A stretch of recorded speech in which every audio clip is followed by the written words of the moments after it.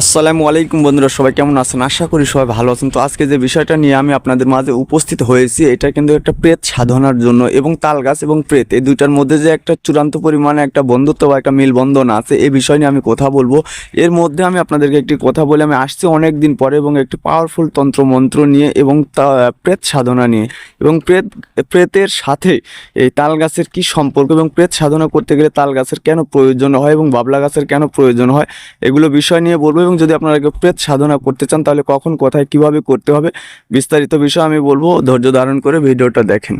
আরও একটি বিষয় যেটা না বললেই নয়, সেটাও হচ্ছে প্রেত কি কখনো মানুষের পেছনে লাগিয়ে দেওয়া যায় কিনা, বা প্রেত দিয়ে কোনো কিছু কাজ করা যায় কিনা, এবং প্রেত সাধনা করলে কি কি কাজ করা যায়, এগুলো বিষয় নিয়েও আমি সম্পূর্ণভাবে কথা বলবো। এর মধ্যে আমি বলি আপনাদেরকে, প্রেত সাধনা এটা কিন্তু একটা হিন্দু সম্প্রদায়ের সাধনা।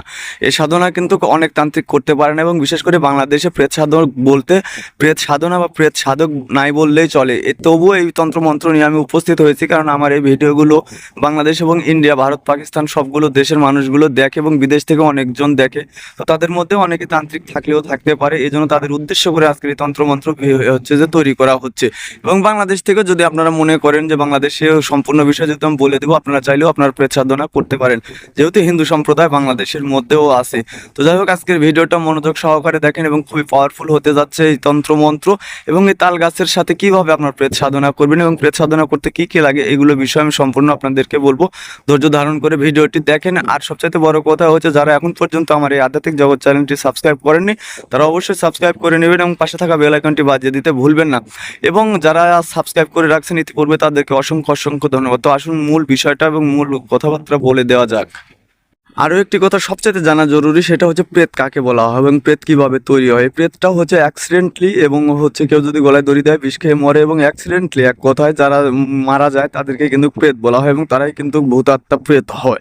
তো যাই হোক, এটা আয়ত্ত করতে গেলে আপনাদের সর্বপ্রথম তাল গাছের একটা ডালের সাথে বা তাল গাছের একটা পাতার সাথে, যেরকম ধরেন এরকম একটা পাতার সাথে আপনারা সুন্দরভাবে এই যে যে ব্যক্তি বিষ খেয়ে মারা গেছে বা গলায় দড়ি দিয়ে মারা গেছে, সেই ব্যক্তির কাপড়টা বেঁধে দিতে হবে। মরে যাওয়ার পরে বা মারা যাওয়ার পরে ওইখান থেকে কাপড় কেটে নিয়ে এসে ওইটা তাল গাছের ওই পাতাতে বেঁধে দিতে হবে। দেওয়ার পরে আপনার সারাদিনের আর কোনো কিন্তু কাজ থাকবে না।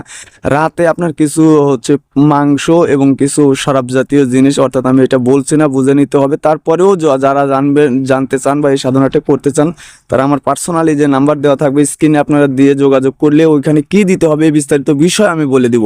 তারপর তন্ত্রমন্ত্র কীভাবে প্রয়োগ করতে হবে এবং কী তন্ত্রমন্ত্র প্রয়োগ করতে হবে, এবং সামনে যখন উপস্থিত হবে তাকে কি বলতে হবে, এগুলো বিস্তারিত বিষয় কিন্তু আমি আপনাদেরকে জানিয়ে দেবো। যেহেতু এটা একটা ইনলিগেল একটা সাধনা বলতে পারেন, তো এখানে কিছু বিষয় আছে, এটা বলা যাচ্ছে না। এটা অবশ্যই অবশ্যই যারা প্রেত সাধনা করবেন তারা অবশ্যই আমার সাথে যোগাযোগ করলে বিস্তারিত বিষয় দিয়ে দেবো। আর যদি সম্ভব হয় আমি যে কোনো একটা ভিডিওর মধ্যে এই ভিডিওর অংশ বিশেষভাবে তুলে দিয়ে আপনাদেরকে পরিপূর্ণ একটা ভিডিও তৈরি করে দিয়ে দেবো।